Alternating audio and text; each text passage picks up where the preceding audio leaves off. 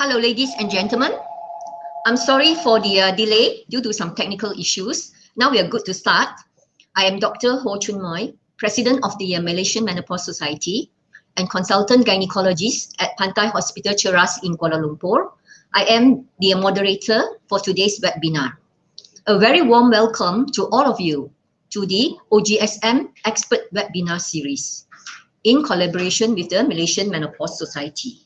I would like to thank Dr. Premitha Damodaran, the chair of the OGSM Menopause Subdivision, for spending a lot of her time in organizing this webinar with the theme Menopause Revisited, Championing the Change. As we know, menopause is the misunderstood and often forgotten chapter of reproductive health.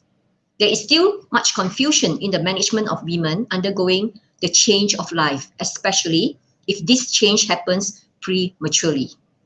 In conjunction with the World Menopause Month, which is October, and the theme for this year, 2020, is Premature Ovarian Insufficiency, POI.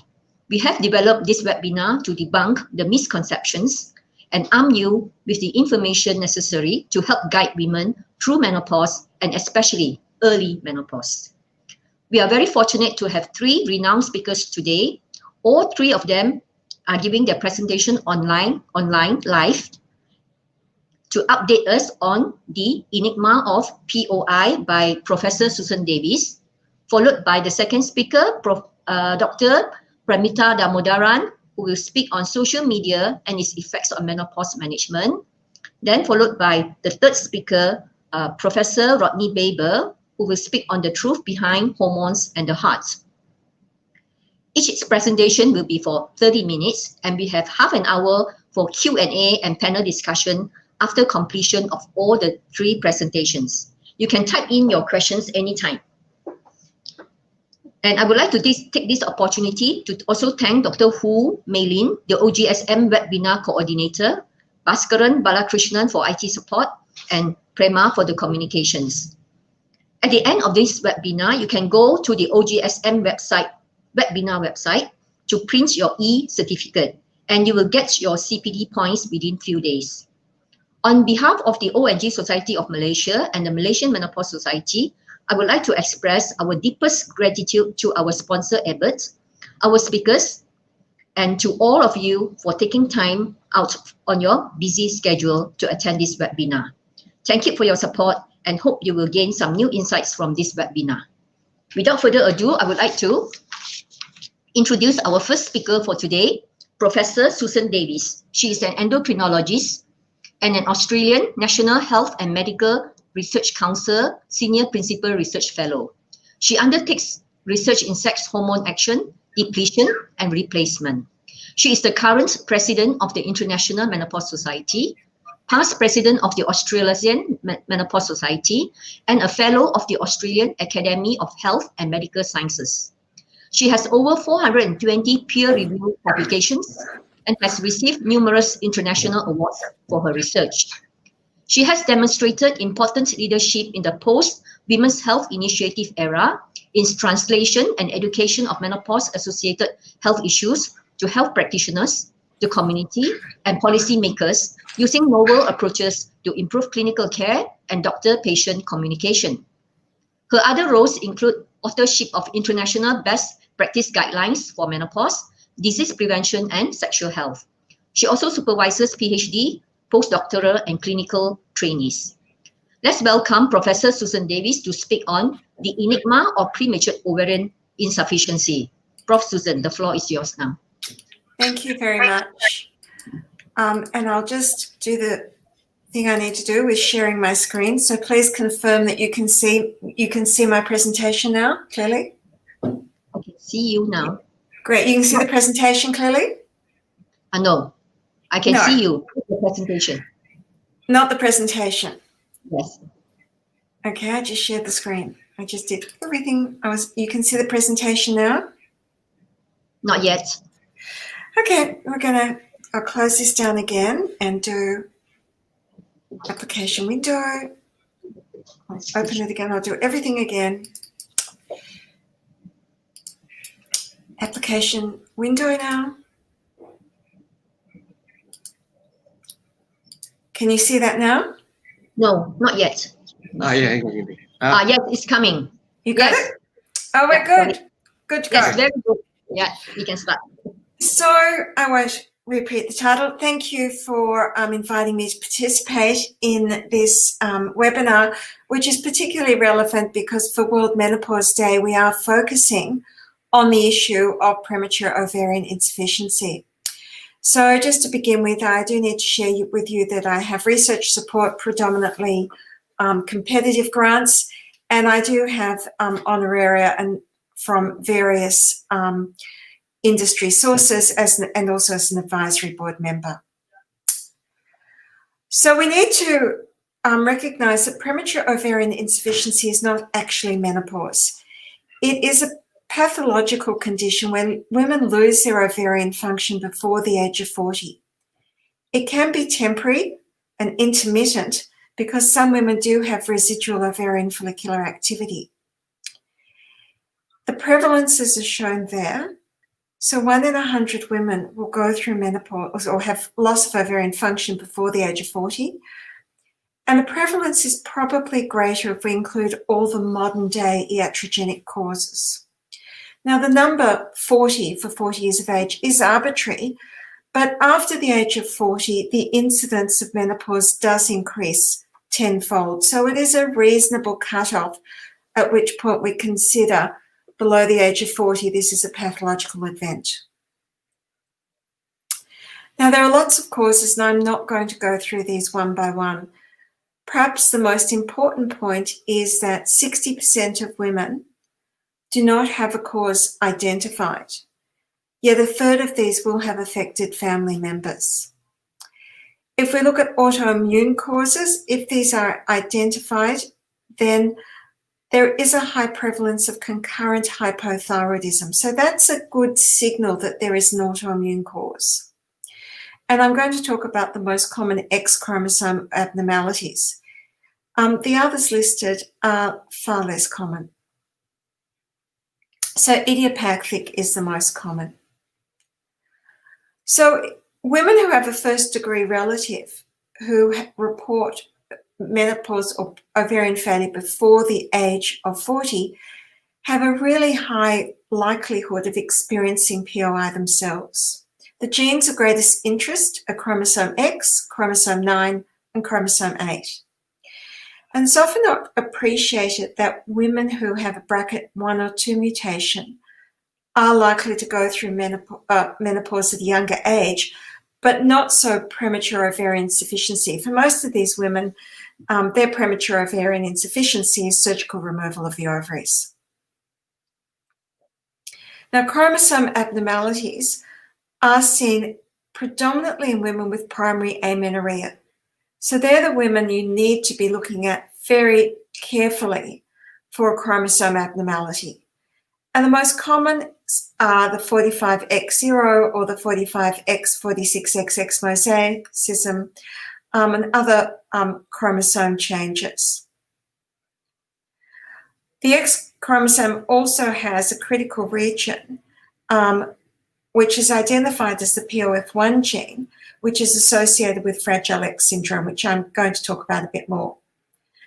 So clearly abnormalities of the X chromosome are the ones you're going to see in women, commonly in women with primary amenorrhea, but probably most commonly if you're going to get a genetic abnormality in secondary amenorrhea.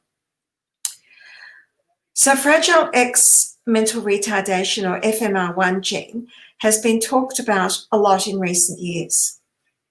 It is one of the most common causes of cognitive impairment.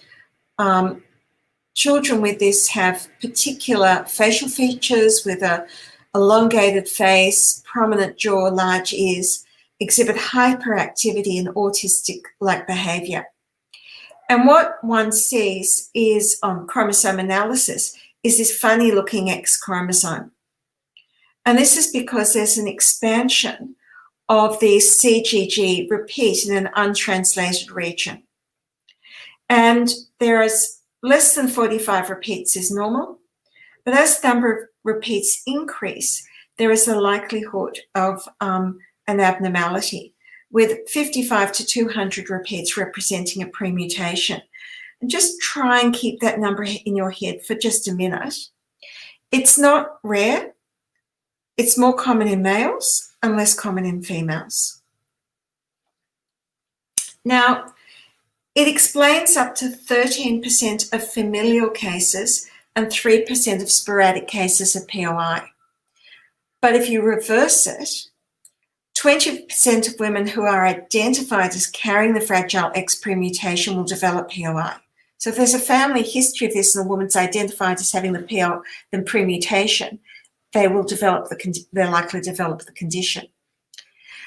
Now, I said go back a slide, 55 to 200 repeats is the premutation, but counterintuitively, the greatest risk of having POI is seen in women with 65 to 90 repeats. So more repeats doesn't increase the likelihood of having POI. I'm sorry, I don't know why it's doing this. There we go. Paternally inherited premutations are more associated with premature ovarian insufficiency than maternally inherited mutations. Not understood why. But the bottom line is every woman who has ovarian insufficiency that's not surgical or not due to a known cause before the age of 40 should have a screen. About a third of women treated with chemotherapy will experience amenorrhea. And I've listed here the high-risk situations when this is likely to occur. And we always talk about older premenopausal women being more likely to be affected with ovarian insufficiency, but almost a third of women under the age of 35 years will develop persistent amenorrhea if they experience any of the above. And 30% of women are amenorrheic 1 year after chemotherapy. And finally, I'll just talk briefly about the other factors. And the term epigenetic is used repeatedly. So my slides are doing very strange things, but bear with me. We often use the term epigenetic. This is a cartoon of the chromosome unfolded with chromatome and nucleosomes and histones and the DNA. And epigenetic changes occur when DNA methylation is increased or there are modifications to histones, and that will change the transcription of RNA, of DNA and RNA. So epigenetic changes, things that will cause these changes are, say, smoking. So it's not just that you might be a smoker, but if perhaps you had a grandparent that was a very heavy smoker, that can actually affect their DNA and the DNA that's then transferred onto you. Nutrition and other factors are likely to cause epigenetic changes, as well as being factors that influence the DNA themselves. So there are non-specific chromosomal changes that we can't identify that can put women at risk of POI. How does it present? Well, really most women present with subfertility or infertility, or their periods become infrequent or stop. Interestingly, a lot of young women with POI do not present with vasomotor symptoms, and that in itself can be tricky because these are women, if women don't have vasomotor symptoms, they're perhaps less likely to adhere to therapy because they're not getting a relief of a symptom with therapy, so that the therapy seems less relevant to them. Women, however, may have the classic vasomotor symptoms. They might have changes with sexual function. They may already have adrenal insufficiency or thyroid dysfunction and then present with oligoamenorrhea. Or they may have oligoamenorrhea and it may not be picked up until they present with another condition.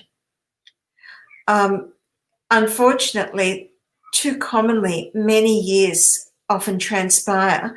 I've heard the numbers 5 and 7 years quoted, transpire between when a woman first has oligoamenorrhea and when she's actually diagnosed with POI.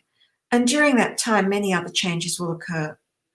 And women might experience the classic psychoaffective symptoms of mood lability, insomnia, irritability, anxiety, and depression. With respect to fertility, it's usually irreversible if the FSH is greater than 100 at diagnosis. It may be possible if the FSH is low, and taking MHT has been shown to increase the possibility of fertility. Of course, if a woman has streak ovaries, she has absolute infertility. And it's always important to be very frank and make it very clear to women what their chances are, and when indicated, discuss donor eggs. I often see women who still have a belief that they might possibly become pregnant, even though it's really clear that they won't. Apart from the infertility and the psychosocial effects, we need to look at the risk of chronic disease, so bone loss and subsequent development of osteoporosis, early cardiovascular disease, concurrent thyroid disease, and diabetes. Women who go through premature ovarian insufficiency have a double likelihood of having premature mortality. Now, with Turner syndrome is a particular cause that's probably one that you're all familiar with. And not only do women with Turner syndrome have the issues of infertility and loss of sex, steroids will affect their bones, etc. But one of the most important factors to look at is that they have an increased risk of cardiac abnormalities, but particularly a high risk of aortic dissection. So if you don't feel comfortable in your expertise in following and managing these women, it's always best to refer them to a specific clinic with an interest in Turner syndrome, because they do need to be monitored for hyperlipidemia, hypertension, diabetes, etc. And they do need to have a cardiac MRI where it's available. A cardiac MRI where it's available. And if not possible, at least a ultrasound of the aorta and the heart, because an echocardiogram and aortic ultrasound is really important to measure the diameter of the aorta, which is then adjusted for body size, and then they need to be followed carefully to make sure that they do not experience an aortic dissection. The diagnosis of premature ovarian insufficiency shouldn't really cause so much confusion as it does. Other causes of amenorrhea need to be excluded, classically pregnancy or hyperprolactinemia. But women simply should have an elevated FSH and a low estradiol found on 2 samples at least 4 to 6 weeks apart. And this is really pathognomonic. AMH is often measured, but it's not needed to diagnose POI. It's really useful to assess ovarian reserve with fertility, but it's not an essential marker of POI. The traditional FSH and estradiol are cheap and effective.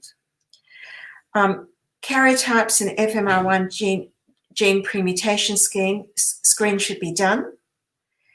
And pretty well all women with POI should have a TSH measured. And this should be done not simply at baseline, but it should be done in all women every year or 2, just to check they're not progressing. If adrenal insufficiency is suspected, an early morning cortisol is essential. When primary ovarian insufficiency presents as primary amenorrhea, a transvaginal or abdominal ultrasound should be done to ensure normal anatomy. Antral follicle count and ovarian reserve assessment is really, again, primarily about fertility. Bone density should be measured in all women wherever possible. Now, this is looking at the trajectories of AMH, and the point of this is that this is at different age groups, 20 to 30, 30 to 40, and 40 to 50. And you can see different women have different trajectories over time. So there's no single AMH level that can be used as a cutoff to say this woman is about to have menopause. Now, I know the PICO AMH assay has been FDA approved as an aid to predict menopause, with a very low AMH cutoff for predicting menopause. But a lot of women approaching ovarian insufficiency may still have quite a high AMH, and then suddenly the level will drop precipitously. So the bottom line is it's not used in clinical practice at this point to predict premature ovarian insufficiency. I've mentioned genetic testing. All women really should have a Fragile X premutation screen because this will give information for other family members. Short women are more likely to have a chromosomal defect. And when you're going to do a genetic screen, make sure that you have the system in place that you can have a sensitive discussion with the patient, that you actually understand the consequences. Otherwise, where possible, refer for genetic counselling. The management requires discussing the diagnosis. A lot of young women are horrified when they have the diagnosis. They need to understand the implications that they may have other conditions associated, as I have said, thyroid disease or cortisol insufficiency, adrenal insufficiency. They may have a genetic abnormality, and you need to discuss their concerns and needs. But very much you need to be sure they truly understand the condition that has been diagnosed. And that segues into educating them about the need for hormone therapy. Because if women do not have vasomotor symptoms, it's hard for them to understand that they need to have hormone replacement therapy. And lack of hormone therapy is not uncommon. I saw a woman in practice yesterday who is in her mid-40s, and she last had a normal menstrual period at the age of 35, has seen multiple health practitioners and has never been told to have hormone therapy or even a bone density. So women need to understand that HRT is essential to mitigate against the risk of osteoporosis and cardiovascular disease. And again, I've said, refer women with Turner syndrome to a specialised clinic if you do not feel this is something that you have the expertise to manage. It's generally accepted that all women should receive hormone therapy at least until the average age of natural menopause. So physiological hormone therapy, estradiol plus progesterone, is preferred generally. Why? Well, this study shows the comparison between ethinyl estradiol and norethistran as a combined oral contraceptive pill versus estradiol with vaginal progesterone on blood pressure. And here you can see that over time, the estradiol regimen has a much more salutary effect on blood pressure than using the oral contraceptive pill. There is data, and this is a randomized trial, suggesting that estradiol as oral estradiol compared to ethinyl estradiol is better with respect to bone preservation. So the green is the oral estradiol regimen, the red is the contraceptive pill regimen, and the blue is no treatment. Now, a paper's just been published this month in Menopause suggesting that the combined oral contraceptive pill provides bone preservation effects. But I would like to highlight this is not a randomized controlled trial that's just been published. It was an observational study from several years, with data from several years ago. So I think one has to be very careful when looking at bone density data that one needs to have randomized controlled trial data.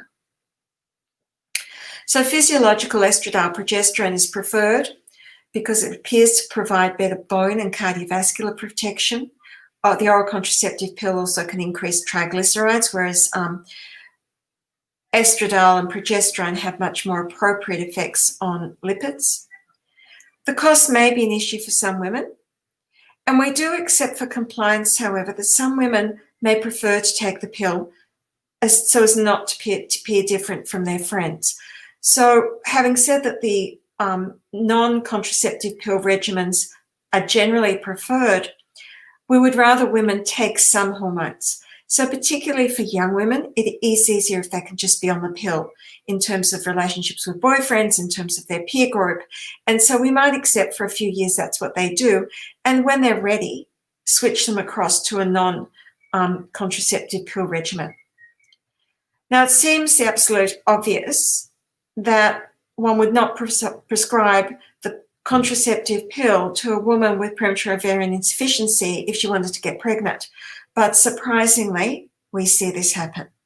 So women need to understand that there is a difference between this sort of hormone replacement versus non-contraceptive replacement.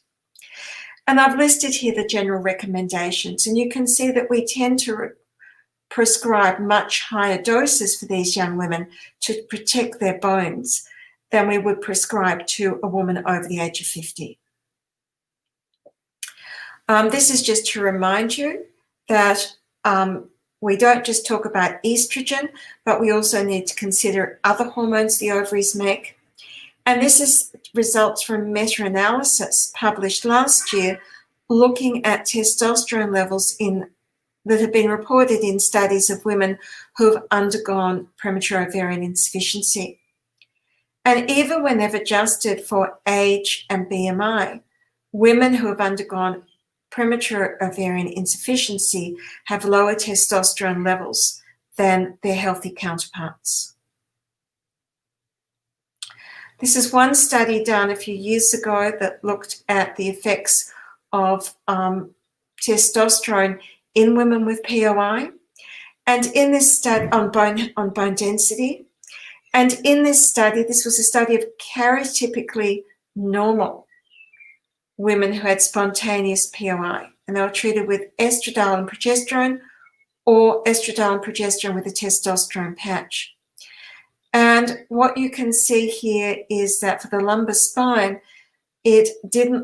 both groups had better outcomes than untreated women, or the control group.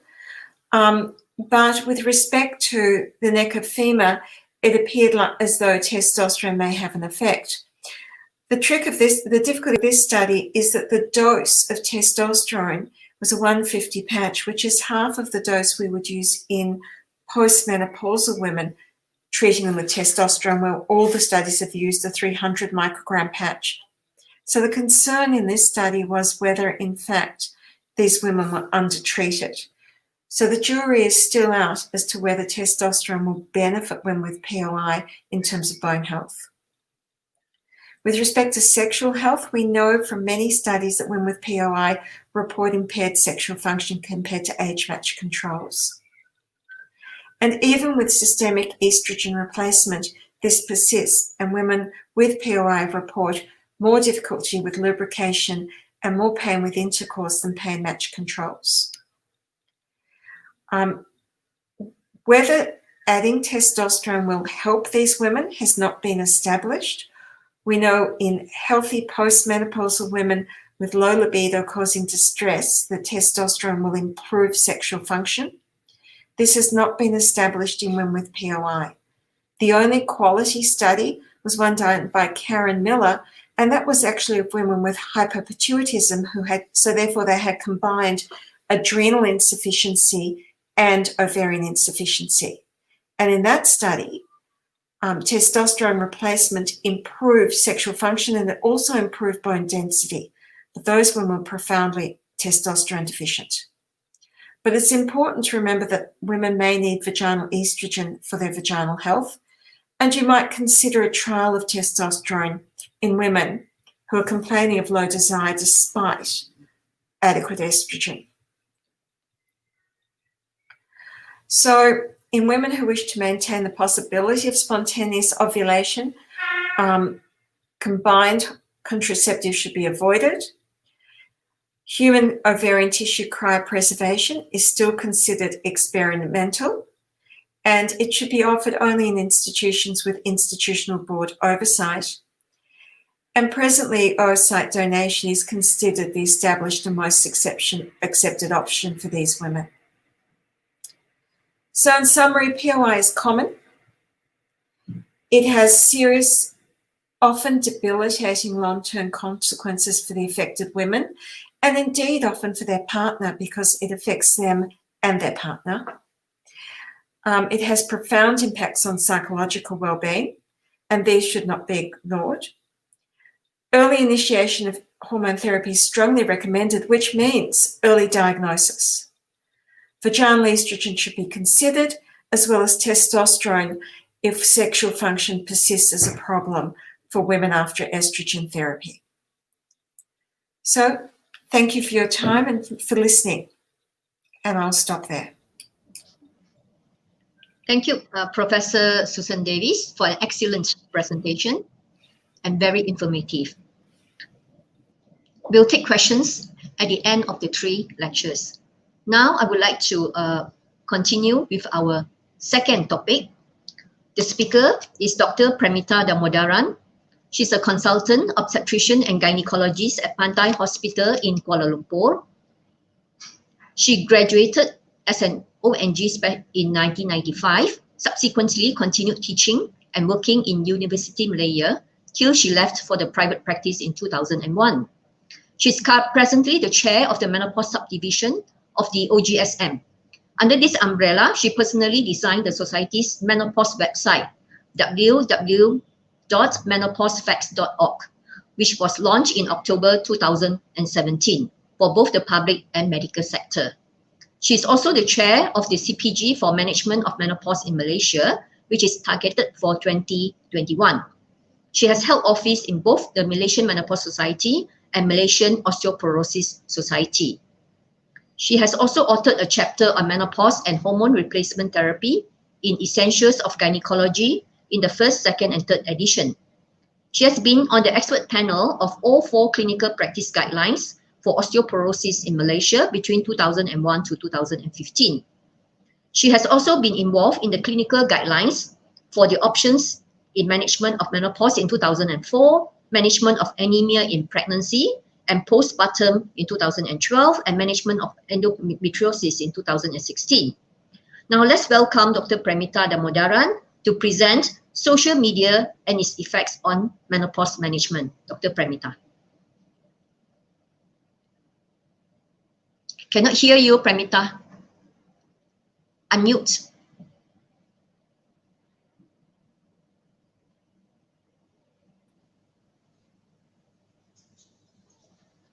Okay. Good afternoon, everyone. Now, my topic for today is actually social media and its effects on menopause. And this is going to be a light topic because we've got 2 heavy topics on either side. And this is probably what I would say a comic relief to let everyone go and have their toilet breaks before the next important topic.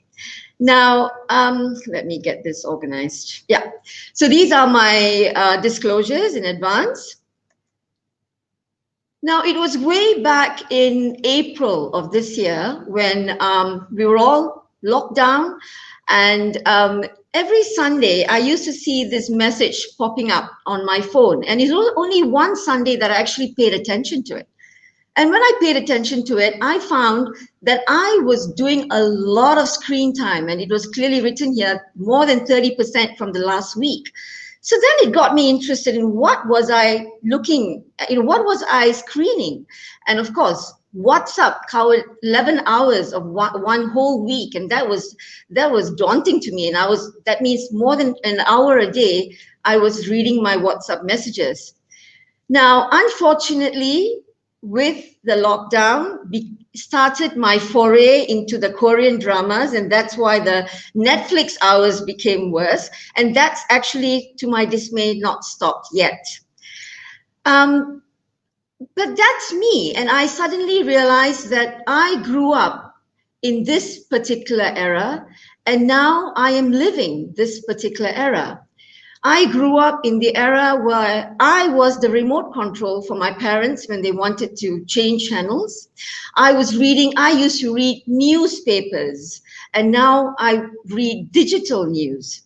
I grew up in the era where Grey's Anatomy was actually a Bible during our medical college, but now it's in the 17th year of a TV series. So that was the world that I grew up in. And I'm Malaysian, and I know a lot about social media because that's what won our last elections. But that, again, is a story for another day. We shall not go into that. But social media has come in big time in 2020, especially with COVID. And with coronavirus, we have found that everywhere around the world, the foray into social media has increased exponentially, and everyone has increased their own screen time. Now, let's be very, very frank with ourselves. Now, when this particular announcement came out about a week ago, I'm sure there was, all of you actually did use social media to tell a friend that floaters and porters were COVID positive. Let's be frank, we all use social media. So what is social media all about? Social media actually creates pages of info. You can view it, you can assess information, you can exchange opinions. We can share information. There may be misinformation too. You can have good forums, you can have bad forums, you can have blogs by people you really don't even know and you don't know in which direction that they're going. You can share tweets of that info, you can like it, you can unlike it. And the worst thing about the whole thing is that it's unregulated. Now, we Malaysians, we love social media. And this came out last year in April 2019, that 1/4 of our day is actually on social media platforms. 3 to 5 hours, that's really scary. And there we have 17% of those who studied were on social media 9 hours or more every day. And then we looked at what were these Malaysian men and women actually sharing or looking at. And besides news and current affairs, it really amused me to find that about 48% were looking for funny contents, and I presume that is to share, and 45% were actually looking into products and health info. So we have come a long way where patients actually listen to us. By the time they come to us, they have already Googled the symptoms, they have Googled the treatment, they have Googled you as a doctor, and thus we are at a loss. And most times when at the end of the consult and then comes this long piece of paper, you know that that is a typical Dr. Google patient. Now, what am I here to tell you? What is the story I have here today? And what I would like to talk to you about is hormone therapy, the story of the rise and the fall and the rise and the fall of it again, and how we are slowly climbing out of it, how social media has helped or unhelped us, the era before social media, and where we are now. Now, to be very honest, menopause, the word menopause, the diagnosis menopause, never stood a chance. Because if you really looked at how menopause was regarded way back, these were the terminologies that we used. It is a terrible time for women. The uterus is the sole source of a woman's disease. She was now a man, oh my God. And it is just hypochondria. So how do you move away from all this? Now, in 1890 to 1940, it was called the hormone deficiency syndrome, where finally vasomotor symptoms were recognized. They used counseling, they used sedatives. However, many women failed with this treatment. Interestingly, an obstetrician by the name of Dr. Lawson Tate in 1870 actually said, and he was very, very popular, he said that menopausal women were hysterical. And he actually went on to say that, that Jack the Ripper was actually a mad menopausal midwife. Now, these poor menopausal women of those times had to then resort to all sorts of cures, like the Lydia Pinkham's cure for ladies of the world having all sorts of problems, or they just drank their way through menopause. By 1960 to 1970, it now formed a new terminology, which is the estrogen deficiency disease, where it became recognized that women need estrogen and that long-term estrogen therapy was very essential for menopausal symptoms, along with the treatment of chronic health diseases, which included heart disease, We then called it an elixir against aging. It helped when Robert Wilson came out with Feminist Forever, and the whole movement changed, and where he actually said that no longer does a woman need to fret about the cruel irony of aging faster than a man.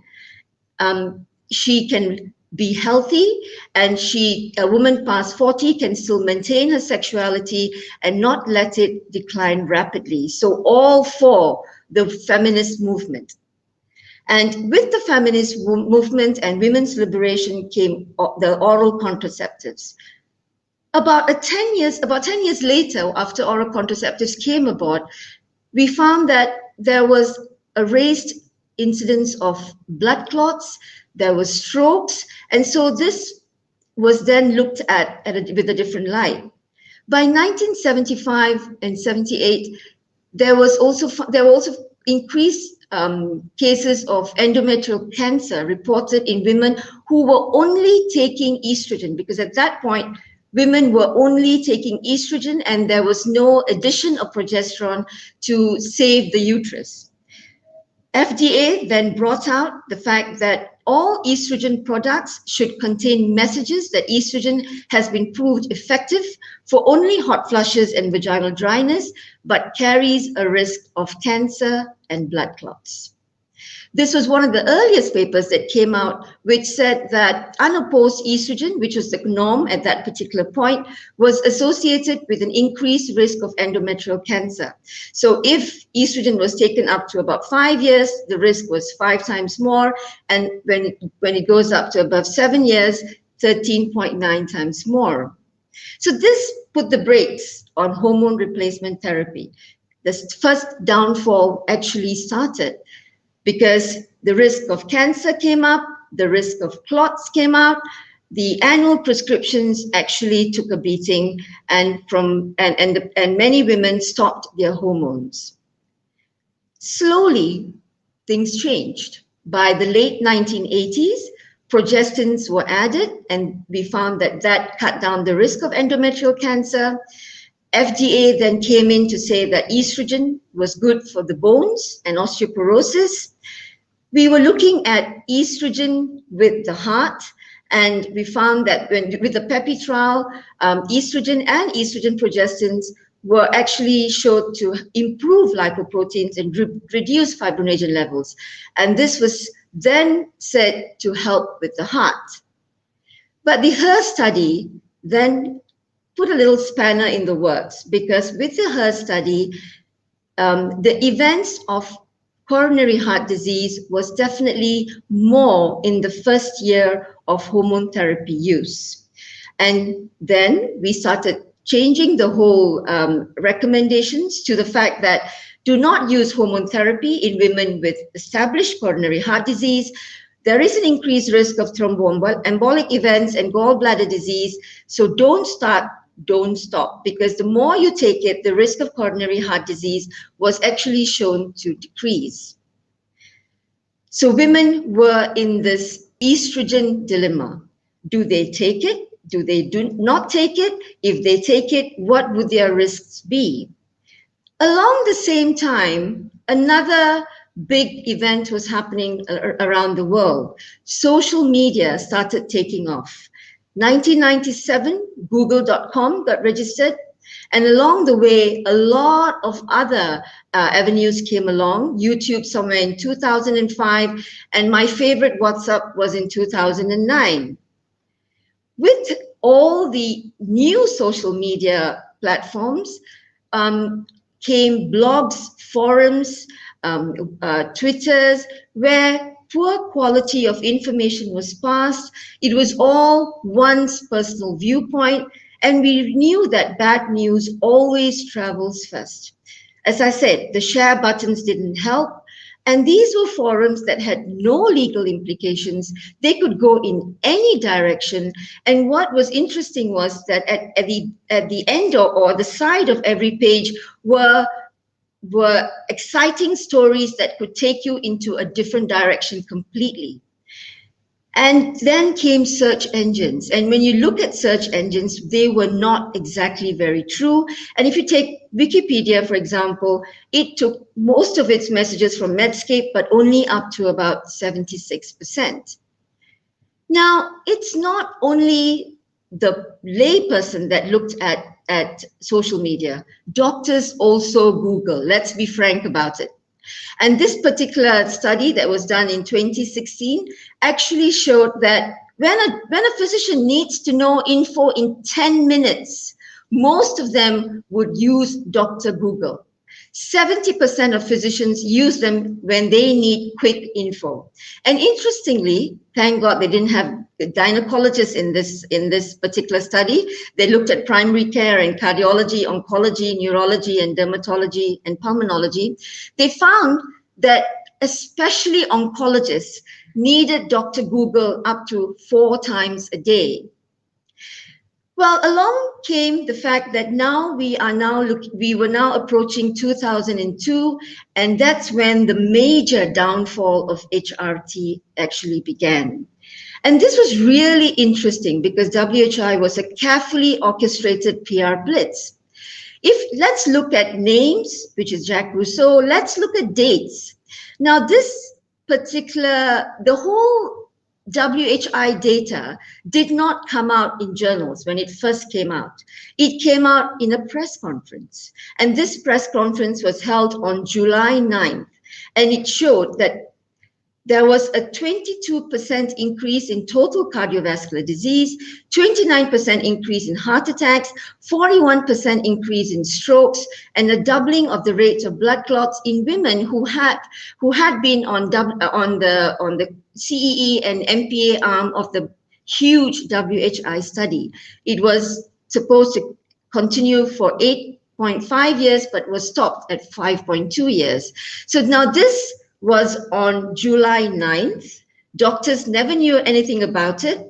It came out as a press release, which was this. This was the press release that came out everywhere around the world, and this is the New York Times on July 10th.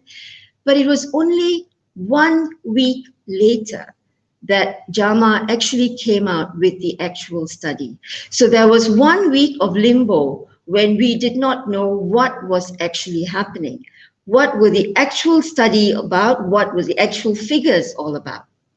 Now, WHI spent $1 billion to prove that starting an asymptomatic 63.3-year-old postmenopausal woman on HRT will not decrease her risk of having a heart attack. A 63-year-old woman who is on HRT. Now, that itself is a big flaw. With WHI, we only had 1 dose and 1 type of hormone that was used. The women, as I said, were older, which already made them at a higher risk of stroke, heart disease, and breast cancer.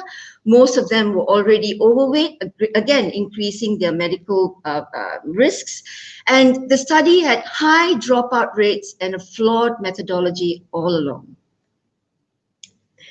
2 years later, came the results of the estrogen-only arm, which was again stopped prematurely, not because of breast cancer issues, but because of the fact there were more strokes in this group of women. And the media went into frenzy. Women who needed hormone replacement stopped hormone replacement overnight, and they were in a bad place. A lot of doctors were confused of whether women should take it or not take it, and to be on the safer side, told their patients to stop hormone therapy. Hormone prescriptions came down drastically, just like the shares of Wyeth at that time, who was running this particular study. Everything was a downfall. And up to today, we are still actually grappling with this whole WHI study, and it still continues its campaign of fear. Now, this is a little study, a small study done in 2006. And when women were asked about where they get information about menopause from, and that was mainly mass media, their female friends and physicians. But if you look at where the source of the WHI study came from, it was not the doctors, but social media. Mass media was up to about 60%. They got their info from social media. Now, even doctors, as I said, 3 out of 4 women who actually went for help regarding their menopause did not receive it because of the fact that doctors did not know what to do. And these 3 small studies clearly showing that more than 90% tapered their hormone therapy dose. Only 30% thought that hormone therapy prolonged lives. 36% did not think so. A third more were not sure. And now in 2017, which is closer to where we are, only 50% of gynecologists still have a favorable attitude to hormone therapy. Along the way, Oprah's voice was heard very, very loud. In 2009, especially during the bad time post WHI, Oprah and Susan Summers came out big time. Oprah came out with bioidentical hormones, and she says, after 1 day on being on bioidentical estrogen, I felt the veil lift. Really, ladies and gentlemen, that's not possible. After 3 days, the sky was bluer. My brain was no longer fuzzy. My memory was sharper. I was literally singing and had a skip in my step. No way that bioidenticals would do that in a day or 3 days. 3 days. But what can we do? Because that's what Oprah says, and that's what social media says. Susan Summers comes out with books like Ageless, You Cannot Grow Old, and promoting bioidentical hormones, which were hormones that sometimes did not even require a doctor's visit. Just salivary levels were checked. They called it individualized hormone therapy, totally unregulated, no monitoring of patients, no safety data, and very, very expensive. But yet, women went on to doing bioidenticals. Now, along the years, we have learned from WHI. In 2013, the same gentleman, Jack Russo, came out with a different statement now, a bit more quieter, but showing that MHT is now effective for vasomotor symptoms, that if a woman is closer towards menopause, the risk of coronary heart disease, stroke, and VTE is reduced. If you're further away, your risk is higher. And again, looking at the fact that the combination of estrogen and progesterone may increase the risk of breast cancer when closer towards menopause, but emphasizing individualized treatment, taking the baseline profile of the woman into consideration. Along the way, again, we've had more recent data from the Women's Health Initiative trials, where they have looked at a cumulative follow-up of 18 years of the women who participated in those trials. And they found that amongst postmenopausal women, hormone therapy with conjugated equine estrogens plus MPA for 5 to 6 years, 5.6 years, or with estrogen alone for 7.2 years was not associated with all-cause cardiovascular or cancer mortality during the cumulative follow-up of 18 years. Now, just last year, during the AMAS meeting, Dr. Robert Langer talked about the public health impact of WHI. He says that the overall life expectancy has decreased. There have been 50,000 to 60,000 additional deaths since the WHI study. Breast cancer morbidity has increased. Ischemic heart morbidity has increased. Stroke mortality has increased. Hip fracture morbidity and mortality has stabilized. Dementia has increased, and the combined mortality for all the above has increased. And all this because of social media and WHI. We still continue to have flawed studies. The Million Women study, which is a questionnaire of data, and this was a totally biased group of women who attended breast screening clinics, and they were all asked questions on hormone therapy, totally non-standardized in terms of what hormones they were taking and delivery methods. And and coming out with statements that estrogen caused a small increase in breast cancer, uterine cancer, and ovarian cancer. Combined hormones also causing an increase in breast cancer, reduces the risk of uterus cancer, and the fact that the longer the hormones are used, the higher the risk of breast cancer. It doesn't end, because recently the collaborative group on hormonal factors in breast cancer came up with the fact that definitely a breast cancer risk increase with duration and a dose of hormones. The risk is higher with continuous combined therapy, and the risk remains elevated even after 10 years of stopping menopausal hormone therapy, which sort of brought about the joint statement from all the major menopausal societies to correct all this. Now, bad news always travels fast. Good news takes the scenic route, and this is something that we really need to remember. So how do we deal with a menopausal woman today? So keeping all this in mind with what social media is all about and what is our women reading online, let's look at the woman as a whole. Let's take away the industry, the government bodies, take away private interests, bring in country-specific guidelines. Let's look at individual risk rather than collective risks. Let's look at preventive treatment, talk about lifestyle changes, a holistic approach to health issues. Let's move away from such words such as sex hormones and hormone replacement therapy, which is now seen as hormone manipulation, to therapy specific for a problem, and we call it menopausal hormone therapy. Let's know what our hormones are all about. We know that there are different estrogens and progestins. We know that there are estrogen-only pills. We know that there are estrogen-progestin combinations of various types. We know that there are differences in side effects with cyclical and continuous combined therapy. We know all about the estrogen window now. We know that transdermals might actually be a safer way to go for most of our patients. And most of all, we do know that one size does not fit all. We have come to know what body identical hormones are. We have moved away from bioidentical.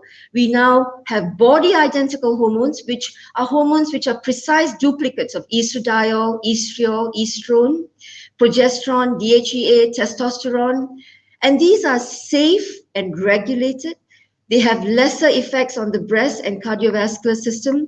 They have good data. They have good research backup. And with this body identical hormones, we now can reclaim menopause and menopause management. So I'm going to end up here by saying that we know that starting hormone therapy between 50 to 59 is safe for the heart, is safe for the breast. The risk actually only increases by about 4 by 1,000 after 5 years, a risk which is less than smoking, 10 cigarettes a day, alcohol, and obesity. With estrogen alone therapy, the risk is actually reduced. With strokes, we may want to go down the transdermal way, and the risk is again very, very small with oral estrogen, and we know that it is more for women who are obese and with other medical problems. We cannot run away from social media. Today, there are 75 plus social media sites. This is not a situation that we can win. And as doctors, we have to accept that our patients are going to Google. Look at us. We are doing webinars. Everything is online now. Even going and shopping, food deliveries is everything mostly online. But we have a responsibility to our patients. We know that menopause is an important time for a woman's life, and we know that a lot of them may actually need menopausal hormone therapy. And so using social media, what we now need to do is send the right message out in the right forum. We need to emphasize lifestyle changes. We need to look at individualized therapy, body identical hormones. We need to look at evidence-based safety data. There would always be false information that comes in that we need to dispel regularly. We need to have regional guidelines which are updated regularly. We need to educate our local doctors who would then pass the right message out. And we now need to go into an era of healthy aging. But let's not forget that human touch. I know that we cannot touch these days, but let's not forget that in the age of social media with emails and voicemails and instant messaging, that looking at our patients in the eye is very important for us to pass the good message about menopause and menopausal hormone therapy. Let's not forget that we are the messengers of good truth and good message. We doctors should be talking we doctors should be sending the good message out there, and let's try and convince our patients as such. Thank you very much. Thank you, Dr. Premitha, for an interesting and very informative lecture. I enjoy it and entertaining as well. Now I would like to introduce you to our third speaker, our last speaker for today. He is Professor Rod Baber, who is a Professor of Obstetrics and Gynaecology at the University of Sydney. He is based at Sydney Medical School at Royal North Shore Hospital, where he heads the Menopause and Menstrual Disorders Clinic. He has published over 100 peer-reviewed papers and presents frequently at Australian and international meetings.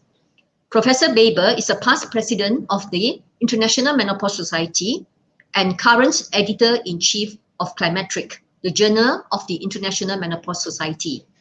In 2013, the Royal Australian and New Zealand College of Obstetrics and Gynaecology awarded him their Distinguished Service Medal for his outstanding contribution to his profession.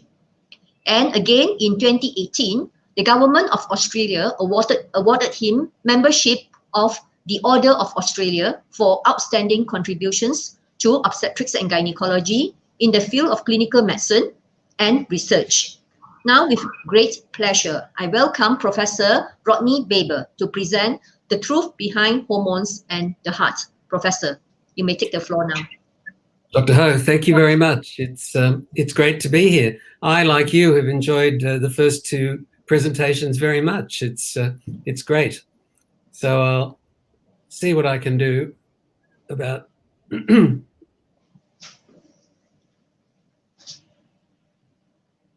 sharing my talk. So I hope everybody can see that. Yes. Good. So my disclosures are that I too have conducted research for a number of different companies over the years, currently for two different companies, Q Oncology and Medora, and I have also given lectures at meetings which were sponsored by a number of pharma companies and non-pharma companies. This presentation's entirely my own work. In fact, much of what I have to say you may already know, but I hope at the end of this talk I will have been able to distill that knowledge into a more meaningful presentation. So I think these are the agreed points regarding cardiovascular disease. Generally, we could say that overall cardiovascular disease is more common in men than in women. However, cardiovascular disease still remains the leading cause of death for women globally. Sadly, in Australia now, in older groups of women, cognitive impairment is one of the largest causes of death, but globally it's still CVD. Women are typically older at their first presentation with an acute coronary event, usually in their 70s, and it's often different to what is seen in men. And in the case of men, acute coronary events usually occur in their 60s, if not sooner.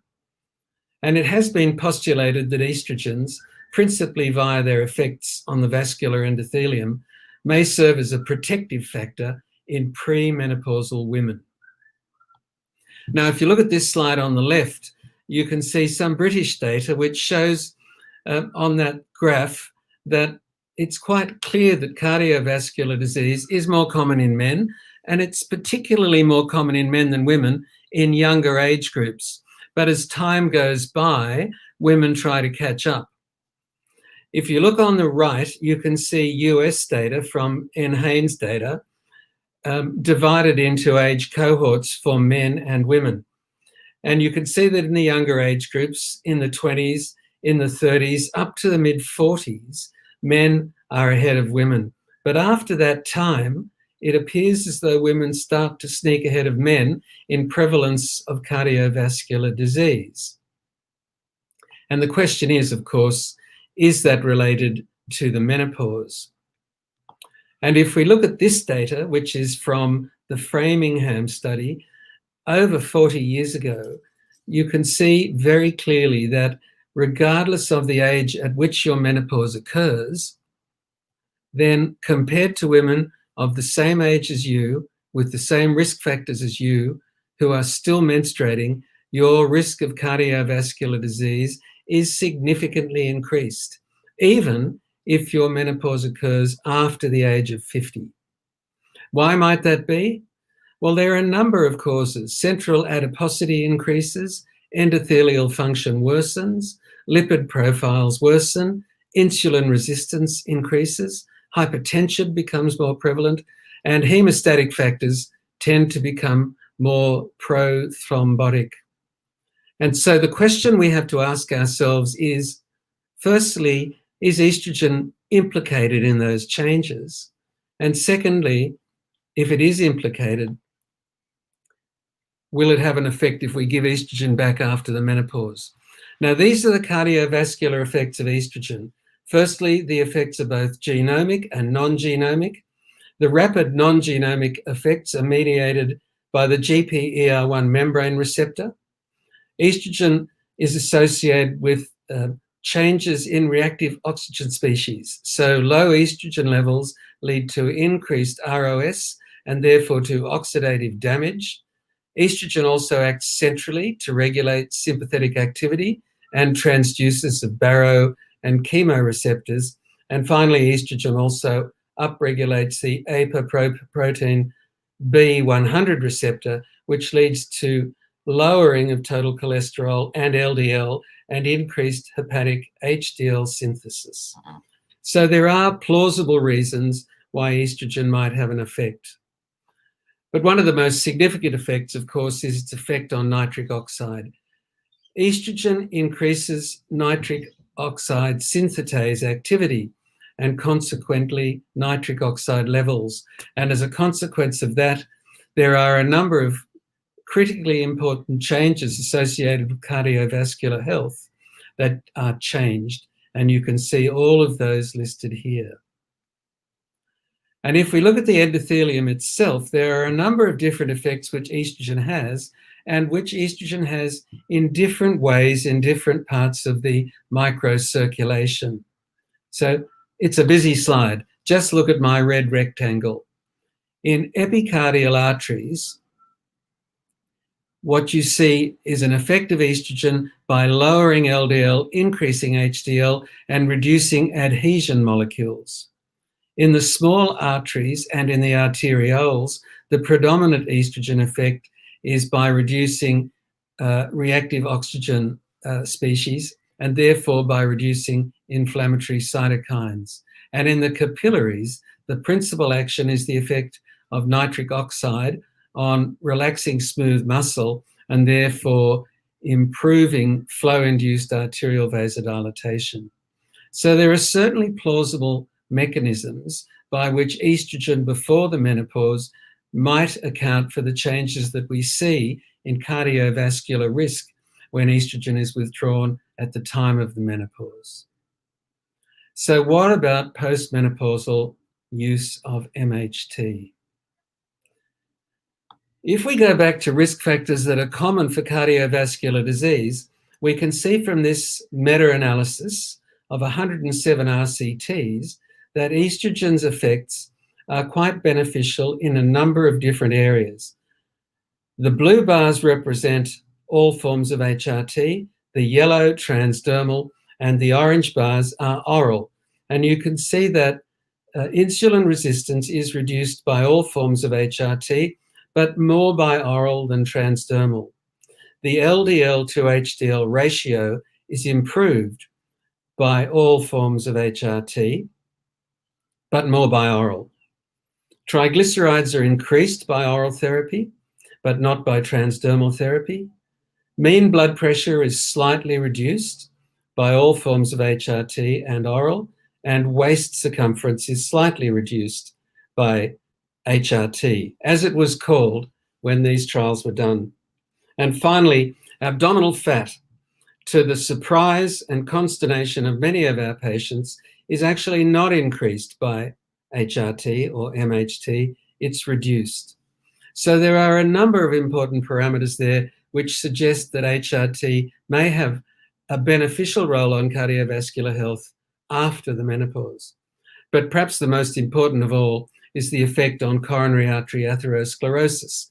And we can go back about 30 years to this data, which comes from studies performed on macaque monkeys by Michael Adams and Tom Clarkson. These monkeys were rendered surgically menopausal and then studied with various interventions for 30 months. If they were given estrogen, either conjugated estrogens or estradiols, then the progression of atheroma in their coronary vessels was inhibited compared to controls. If progestogens were added, there was suddenly a striking difference. If natural progesterone was added, the beneficial effect of estrogen was maintained. If a synthetic progestogen, in this case medroxyprogesterone acetate, was added, the beneficial effect of estrogen on atherosclerosis was virtually completely lost. So the choice of progestogen is important, and it does appear that progesterone is a safer choice to make than certainly some of the synthetic progestogens, and particularly MPA. There are, of course, other beneficial roles that progestogens can play. If you look on the right, you can see that the beneficial effect of estrogens on lipids is not attenuated as much by progesterone as it is attenuated dramatically by MPA, either cyclically or continuously. And down the bottom, progesterone has a weak anti-mineralocorticoid effect, which translates into a slight drop in blood pressure. On the left, we all know, as has been mentioned already, that oral estrogens can increase the risk of cardiovascular disease, that synthetic estrogens do it more than natural estrogens such as estradiol, but that if we use transdermal estrogen, that risk is not increased. If we add progesterone or dihydrogesterone to transdermal estrogen, the risk remains the same as untreated populations. If we add some synthetic progestins, the risk goes up, and that's particularly the case for norpregnane derivatives. So let's have a look at clinical trial data. And I'm glad that Premitha mentioned so much about WHI, because it's interesting when you dig deeper what you find. But just to remind you, WHI recruited nearly 27,000 women aged 50 to 79, mean age 63, to receive either estrogen alone if they'd had a hysterectomy, or estrogen plus MPA if they still had a uterus, and they were matched with placebos. About 33% of these women were in their 50s. Cardiovascular disease was classified as acute myocardial infarction, silent MI, or coronary heart disease death. And in the combined therapy arm of estrogen plus MPA, coronary heart disease increased overall by 18% over the life of the trial, which was 5.8 years. In the estrogen-only arm, coronary heart disease was not increased over the 7.2 years of the trial, although there was a risk increase of thromboembolic disease, VTE. Interestingly, in women in their 50s, there was no increased risk of stroke. And notably, women in their 50s fared better than older women. So what this study showed us, most of all, was that the choice of progestogen made a big difference. The addition of a synthetic progestogen and years since the last period attenuated the beneficial effects of estrogen replacement. And this is the graphical representation of what I've just shown you. If you look at the top, for women treated with combined therapy, there was no effect on coronary heart disease at all, whether they were in their 50s, their 60s, or their 70s. If you look down the bottom, for women treated with estrogen alone, there is certainly evidence of a so-called window of opportunity. Women in their 50s did not achieve a statistically significant benefit, but they went very close. Hazard ratio of 0.6, confidence intervals 0.35 to 1.04. And you can see that as they got older, their tendency towards harm slightly increased. If we dig down on that a bit further and look at cardiovascular events in women aged 50 to 59 for the duration of the study, first thing to say is that none of these results are statistically significant. But if you look at the numbers in the rectangles, you can see that for women who used estrogen plus MPA, there was a trend in the wrong direction towards harm, although it was not significant. For the women who used estrogen only, there was a trend towards benefit, although it was not significant. So just to repeat, age and proximity to the last period affect cardiovascular response to exogenous hormones. The other WHI trial, which Premitha mentioned, was their coronary artery calcium study. This involved just over 1,000 women aged 50 to 59 who were chosen from the estrogen-only arm of the WHI trials. And what they found was that coronary artery calcium scores were lower among those who received estrogen compared to placebo. If their medication was adhered to for 5 or more years, that difference was significant. They also looked at a subgroup of women in their 60s who were given estrogen immediately after their BSO, and they had a lower prevalence of coronary artery calcium compared to those not given estrogen at all. Remember, this was the estrogen-only arm of the study, and so we have to bear in mind that these results may have been affected by progestogens, depending on which one was chosen. And this is the data. I only want you to look at the red rectangle. The rest of this chart shows you risk factors which all went in the direction you would expect. But within that red rectangle, you can see results for the intention to treat group of women who received conjugated equine estrogens, and their odds ratio was 0.65. If they adhered, which means taking 80% of their medication for 5 years, their odds ratio was 0.41 and statistically significant.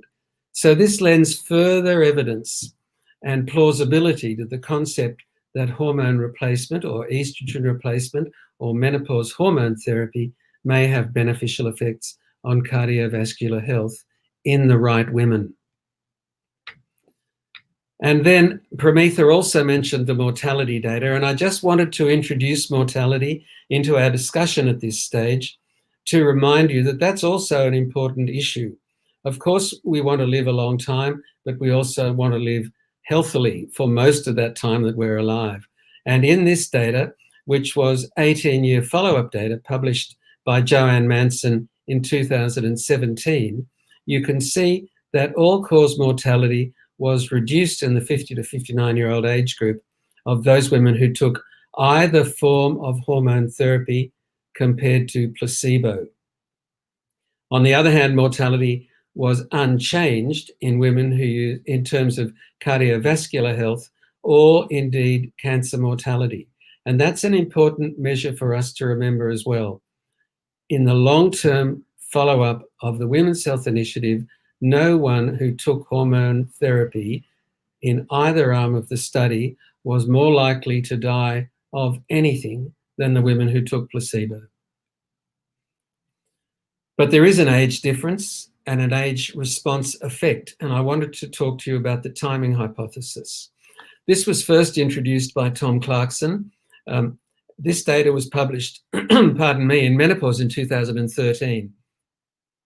But I remember a few months prior to the release of the WHI data in 2002, Tom Clarkson getting up at a World Conference on the Menopause in Berlin and saying the WHI results will not show any cardiovascular benefit because the women were too old.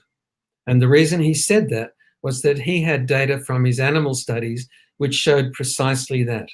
On the left, the effect of an early treatment, in other words, within a couple of years for the monkeys or 10 years for women, where you see a significant reduction in coronary artery atherosclerosis for the treated group. And on the right, what happens if you give it to people later in life, and there was no difference at all between the intervention arms and the placebo group. And the reason for that is very obvious if you look at this cartoon. On the left, a normal, healthy artery with perhaps some early atherogenesis, what one might expect to see in women in their mid-40s to mid-50s. On the right, established atherosclerosis, which is what one might expect to see in women in their 60s or 70s. In the artery on the left with early atherogenesis, there is the normal number of estrogen receptors present. There's a normal effect of estrogen, which gives rise to increased vasodilatation, a reduced inflammatory response, slowing of lesion progression, and positive effects on LDL cholesterol, platelet, and platelet activation. On the right, however, there are fewer estrogen receptors than normal because the endothelium has been damaged. And because of that, there's less vasodilatation, there's an increase in inflammatory activity, and there's an increase in plaque instability. And that's reflected in an increased number of adverse events in intervention trials in women, because they're identifying the people who have established atherosclerosis at the initiation of the trial. And I'll show you a bit more data on that in a little while. There have been 2 studies done relatively recently looking to see whether the timing hypothesis could be proven. The first was the KEEPS study, which examined the effect of conjugated estrogen or transdermal estrogen plus progesterone compared to placebo in women who were within 3 years of their last period. And this study found no difference between the treatment arms and the placebo group. The second study was called ELITE, and it was an RCT which recruited healthy postmenopausal women, again without diabetes or cardiovascular disease, who received estradiol or placebo, and they were divided into 2 groups, less than 6 years from their last period and more than 10 years from their last period. Both studies used the rate of change in carotid intima media thickness as the primary endpoint. And in the second study, the ELITE study, estradiol therapy compared to placebo was associated with less progression of CIMT in the younger age group, but not the older age group, exactly what we saw in Clarkson's studies. This is the KEEPS data, and you can see absolutely no effect on treatment of carotid intima media thickness. Why? This is what the authors thought. They thought perhaps their women were all too young and too close to their last period and probably too healthy. Well, I'm sure they're right with regard to the first 2 points. Secondly, they thought the trial was too short, and I think they're right there. And thirdly, they thought perhaps estrogen had less effect on carotids than it did on coronary vessels. And I think they're wrong there because the ELITE study contradicted their finding. And finally, they thought perhaps the null effect was real, a fair comment. But once again, the ELITE study tends to refute that argument. And this is the ELITE data. And you can see on the right that as the study progressed out to 6 years, the difference between the early postmenopausal group in dotted lines and the red line above it, early postmenopausal placebo, start to diverge. And by the time the trial concluded, that difference was statistically significant. But if they'd looked at 3 years or perhaps even 4 years, it might not have been. So again, there is an effect of estrogen on delaying abnormal changes in carotid musculature, but the time process is quite long. What about other RCTs? One study that's been mentioned a lot is the DOPS study. It was an open-label, randomized study comparing postmenopausal women who were no more than 2 years from their last period, and they received either estrogen alone or estrogen plus norethisterone if their uterus was intact. And they were compared to women receiving placebo. The study ran for 6 years, and there was 10 years of follow-up. And it found that users of hormone therapy had a significantly reduced risk of cardiovascular disease, which was assessed as a composite of mortality, heart failure, and myocardial infarction. This study, which I point out again ran for 16 years, found no increase in thromboembolic disease risk or cancer. And this is their data with their primary endpoint. Then for the total study population, the result was significantly beneficial with a hazard ratio of 0.48. And for women under the age of 50, but still menopausal, the hazard ratio was in fact 0.35, and again significant. If they just looked at mortality, however, whilst overall it was nearly significant, none of those results achieved statistical significance. The other study, again, which Premitha mentioned, was the HERS study, the Heart and Estrogen Progestin Replacement Study, which examined the question of whether estrogen plus or minus MPA compared to placebo would alter coronary heart disease risk in women with known coronary heart disease. This study and the sister study, HERS-2, both failed to demonstrate a reduction in risk for HRT users, as it was then called, compared to placebo. In year one, in fact, there was a 52% increase in relative risk for coronary heart disease for users of MHT compared to the placebo group, despite the expected improvements in lipids that one would hope to see. That changed over time. And if you look here, top left, you'll see the lipid data, which shows what you'd expect: reduction in LDL, increase in HDL, increase in triglycerides. On the right, graphically represented the incidence of CHD events. And you can see that initially the estrogen progestin arm had more cases than the placebo arm. But then as time went by, the prevalence of cases in the estrogen and progestogen arm diminished. And if you look down the bottom, in real terms, the hazard ratio was 1.52 in year one and statistically significant. In year two, year three, and years 4 and 5, there was a trend towards benefit, but none of them achieved statistical significance. So this trial taught us that you shouldn't be initiating hormone therapy in postmenopausal women who have already had coronary heart disease, because there's potential for harm if they have diseased arteries when you commence therapy. Of course, that can be reduced if you use transdermals.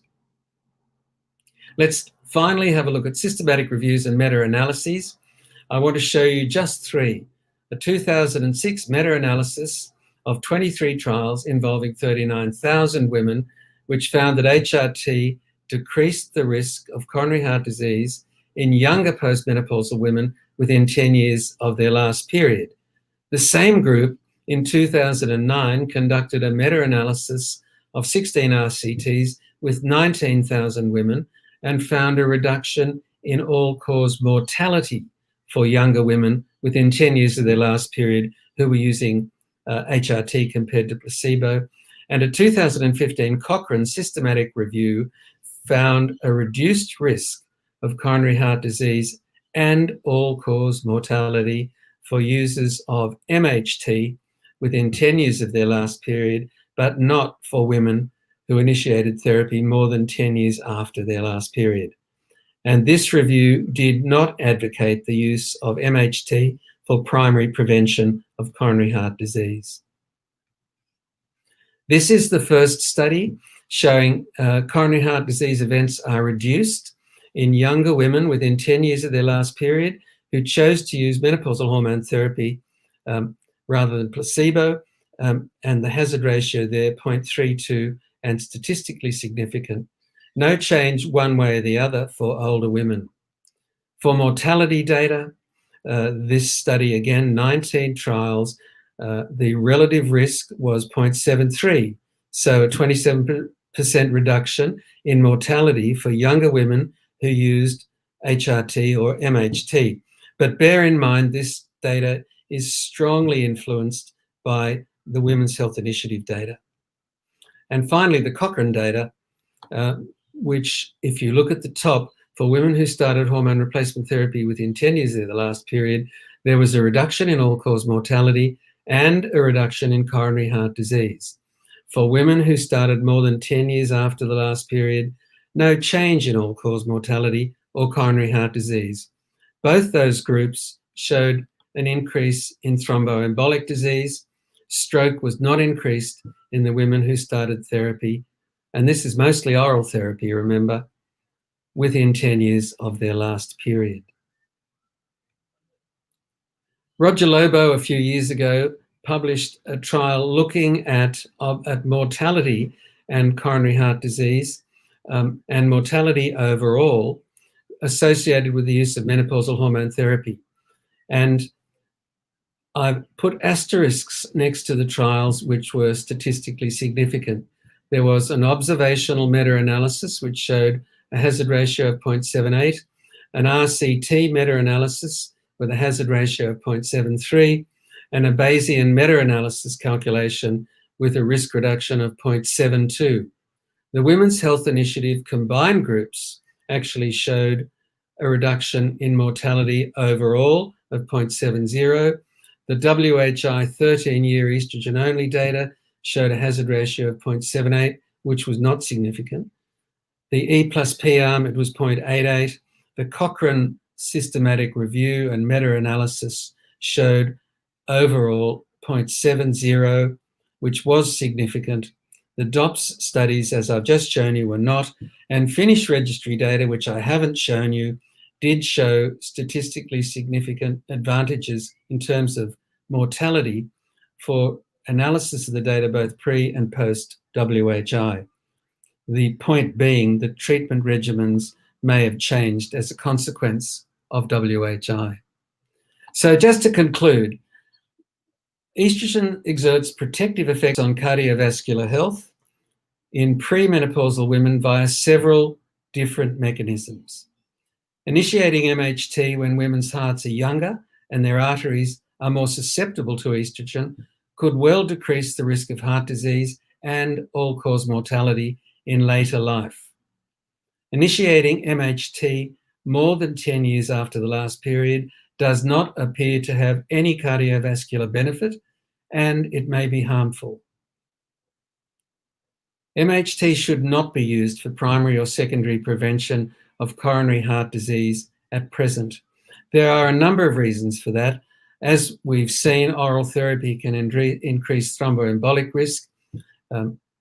We know also that there are some other potential harms, including effects on the breast, which would rule estrogen out, or combined therapy out at least, as a possible source for primary prevention. Primary prevention options must ideally have no potential adverse effects. However, we never can say never, and in the future we may find ways of delivering hormones in lower doses and, of course, in better ways, which may change that ruling. In any event, treatment should always be individualized, considering a woman's age, her years since her menopause, her risk factors, and her preferences. And of course, as far as the heart is concerned, a heart-healthy lifestyle should always be encouraged. Those findings are exactly the same as the IMS recommendations, which I've listed for you here. And I hope it's been interesting. I hope it's been informative. I hope it's been useful. And thank you for listening. This is a scene taken from the end of a big fun run in Sydney called the City to Surf. And you can see that all of these people thought exercise might be a good thing for your heart. You never know, some of them might have thought hormones were as well. Thanks very much.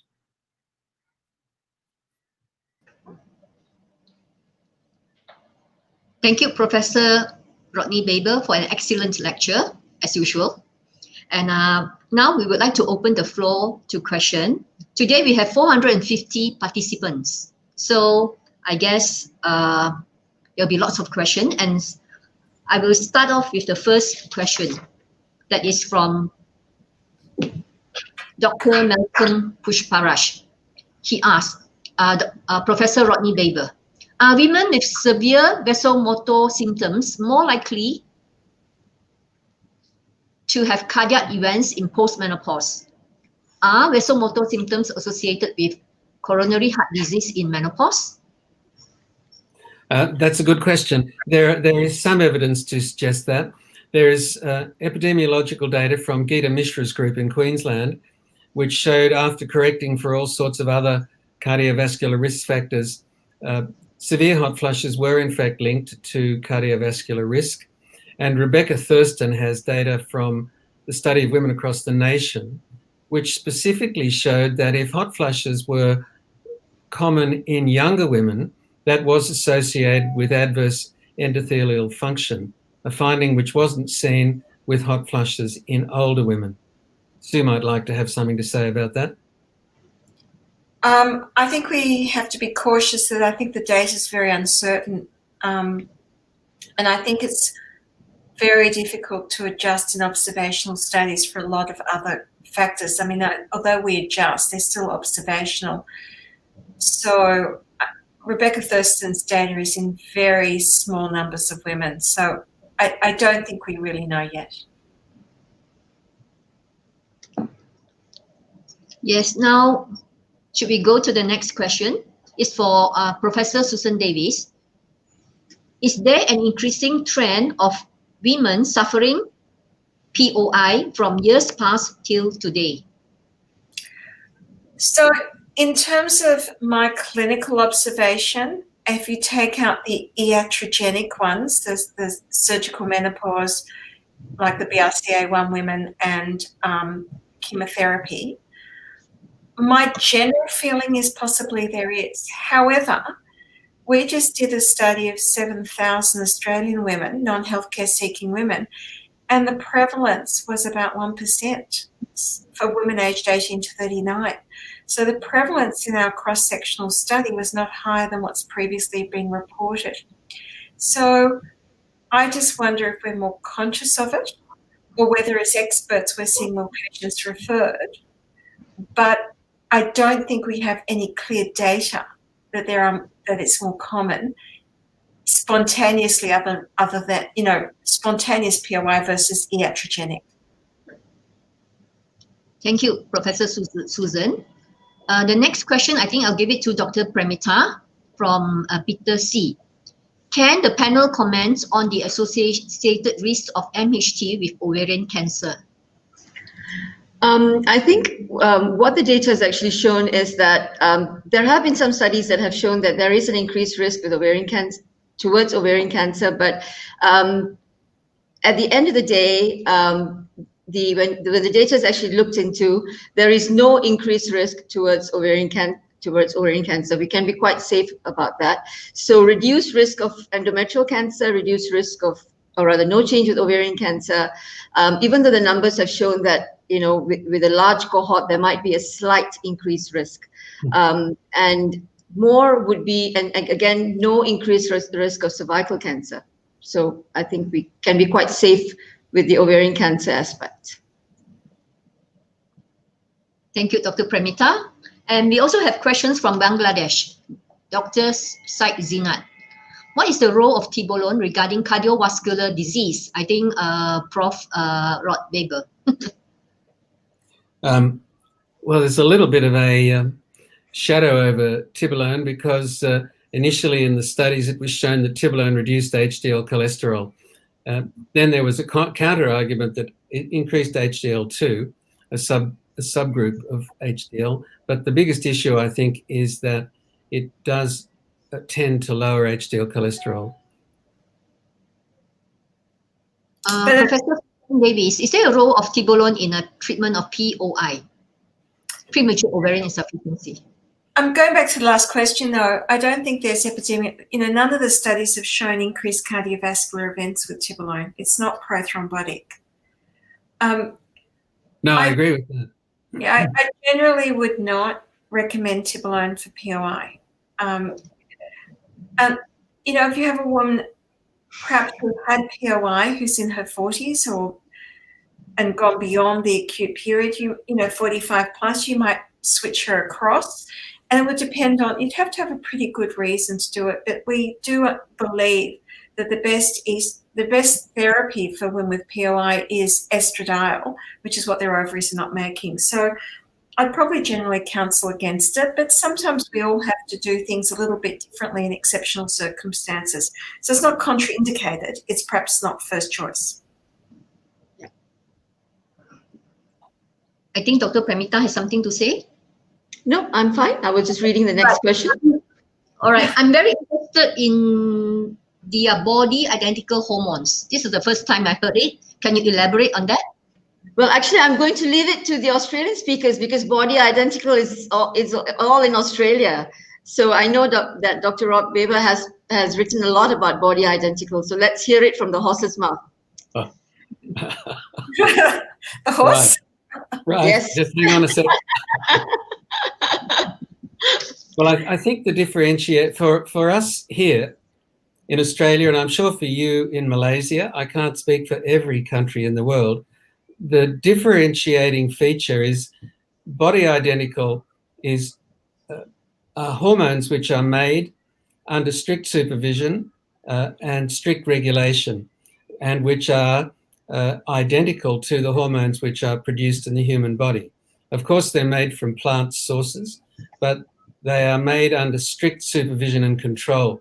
So we need to differentiate that product, which we can trust and which we know will be precisely what it says on the label, with bioidentical hormones, which are compounded hormones, which in some circumstances may well be very well prepared, but in many circumstances will not be, and are not subject to very much regulation at all. There is some regulation in the United States, which varies from state to state, but in Australia, the regulation is minimal, and I think that's true for most parts of the world. Sue? So what we're talking about is prescribing estradiol and progesterone and testosterone. And there are many countries that have approved estradiol, testosterone, and progesterone products, either transdermally or orally. And I think the issue with the compounded hormones, even if they are prepared with very careful regulation of the process of preparing, the doses are a best guess. Because when a company gets approval from a regulating body that they can sell their 1 milligram estradiol tablet or their whatever estradiol patch, they have to prove that all the patches contain what they say they contain without contamination. And also they have to demonstrate clinical efficacy for a specific dose. Now, the problem with the compounded situation is even if you have the most perfectly compounded 1 milligram estradiol cream, there's no evidence that will be absorbed. There's no evidence of efficacy. And that is the greatest concern. So that is the concern above and even beyond whether it's been compounded properly. So I think that there is a big difference between what we call body identical versus compounded therapies. So would you consider, just for the benefit of our local listeners here, that utrogestan, would it come under a body identical kind of a hormone? Yeah, utrogesterone is progesterone, it's body identical. And utrogesterone is what should be prescribed versus occasionally I'll write a script for utrogesterone and a pharmacist might say, oh, it's unavailable, but I can make it up for you. Mm. And the I can make it up for you, it might be well prepared, but there's no evidence that it has the absorption or the bioavailability of the utrogestan. Okay. Thank you. Now, the next question is also for Professor Susan Davies. Question from BKMMS. starting MHT in young women, 42 years old, who had undergone total hysterectomy and bilateral salpingo-oophorectomy for endometriosis. Is there any concern about endometriosis recurrence or flare-up? Well, I'm going to also defer to my colleagues on this because I'm an endocrinologist, not a gynecologist. But I think what you have to look at is the recency of, so generally after hysterectomy, you would give estrogen only. But I think you have to bring into play the recency and the severity of the endometriosis. So therefore, in many of these women, we may well add in a concurrent progestin, basically to prevent them having recurrence of their endometriosis by giving estrogen only. And I've certainly seen patients many years ago develop endometriomas with estrogen only therapy, but I defer to Rod and Premitha. I would actually give a combination of estrogen and progesterone to be safer. Look, it's tricky. The issues are recurrence of disease, and there's a little bit of data suggesting there's, particularly with older women who have this surgery, that there's a slightly increased risk of malignant conversion as well. And so for the data is certainly limited. It's not extensive, and it's not what you'd call high quality, but it does suggest that combined therapy is probably safer. But Sue is absolutely right. If somebody, one of the great mistakes that we as surgeons make is some of us go around telling every patient that they've just survived the most difficult operation we've ever done, which makes you feel good, but makes the patient feel fantastic, but scares the patient for the rest of her life. And if you have early stage endometriosis and you go to theatre and take somebody's do a pelvic clearance and their endometriosis is early stage, then I don't think there's any reason why she shouldn't have just estrogen. But if it's advanced disease, I would give estrogen and progesterone actually. Thank you, Professor Weber. Dr. Ho, there's a question above that from Dr. Dali. Dali, yes. Dose of testosterone and duration? No. Counseling. Why don't you read it? I'll answer this because this is actually to me. How about counseling and educating our women about menopause right in the earlier age when we see them? And I totally agree that menopause education to our patients shouldn't actually start when they hit 40 or 45 or 50, and that we should always be preparing themselves for later in their lives. So for example, if I have an obstetric patient with diabetes or high blood pressure, and I'm already telling them that you have an 80% chance of having diabetes and blood pressure later in your life, so look after yourself. Or, PMS, and it's going to get exaggerated with the menopause. So I think preparing our women for the next phase of life is very, very important. And giving it to them in small bits and trying to tell them how to handle menopause would actually go a long way in trying to make it much better for them later on.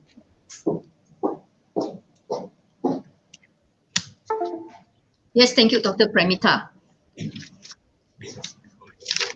I think we still have another 5 minutes only for question. There is a question on remifemin and breast cancer.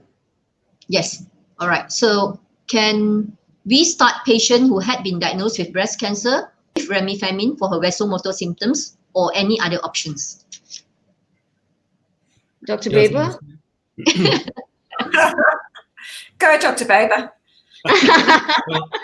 Well, I'm bullying him today. Well, I think the point is there's not much evidence, if any, good evidence that remifemin alleviates vasomotor symptoms. Yes. Yeah, I would be very hesitant. I mean, even if I was going to give, it's maybe for 3 months, and if it's not going to work, forget about it. Don't go down that route. There's no evidence there. Be very careful because you don't know whether, I'd like to know more whether she's estrogen positive, negative, all sorts of other problems that can come in. All right, and Is there Tribulon for POI. private chat? Okay. Okay, there's a question here. Where does the panel stand on the role of non-hormonal options that are available in the market, such as isoflavones? I'm happy to start on it. She said isoflavones specifically. There is no randomized, there's no robust, adequately powered, randomized placebo-controlled trial that shows isoflavones work. They have in fact been shown they do not work for vasomotor symptoms. So most over-the-counter things do not work. If you're looking at non-hormonal options, the only evidence-based non-hormonal options are the SSRIs and SNRIs with paroxetine approved by the FDA. So we don't have 7.5 milligrams of paroxetine was approved by the FDA for vasomotor symptoms. We don't have that in Australia, but I quite often give women paroxetine, a 20 milligram tablet, and they will either use a half or a quarter for their vasomotor symptoms. And in some women, remarkably, it works. And then there's gabapentin that's been shown to be effective, but not all women will respond. And then we've got the neurokinin 3 inhibitors that are being investigated. But most over-the-counter stuff does not work. Agree. And Professor Rodney Baber, what is the role of MHT in patients with his past history of polycystic ovarian syndrome? And as we know, they are at higher risk of heart disease, high cholesterol, hypertension, and diabetes. Well, I suppose it's the first question is, what health is this person in when you want to initiate therapy? You know, does she have hyperlipidemia? Is she overweight or obese? Does she have hypertension? Are there other risk factors? But if she had a history of polycystic ovarian syndrome as a young woman, pardon me, went on to have children, had a normal menopause at the normal age, and is relatively healthy, then I would certainly not deny her menopausal hormone therapy. It may well be beneficial for her. On the other hand, if she had a BMI of 35, was hypertensive, was on lipid-reducing drugs, and was short of breath with exercise, I wouldn't give her MHT, but I'd make her try and do something about improving her lifestyle. And I think for all of us, it's important when we look at each of our patients, and sometimes in the mirror, that we actually do something about this and recognise that overall quality of life is dependent on overall good health. Can I just add, I would really like to debunk the myth that PCOS causes diabetes and cardiovascular disease. There is not a single study that has ever shown that women with PCOS have diabetes and cardiovascular disease at a greater rate than other women in their second half of their life if you adjust for BMI. Not a single study. It's a myth at this stage, and Bart Fauser, who's done an enormous amount of work in this, has repeatedly, said and shown that the studies of women with PCOS after they go through menopause, these women are not at greater risk of heart disease or diabetes if you take into account their BMI. It's an obesity-related problem, not a PCOS-related problem. Thank you, Professor Susan. Yes, Premitha? Okay, there are two. I think we can end there. I think it's been a good afternoon. The last two comments for the panel to respond. One of them is, according to the NICE guidelines, all menopausal women should be offered a discussion on menopause hormone therapy. Yep. Who would like to answer that?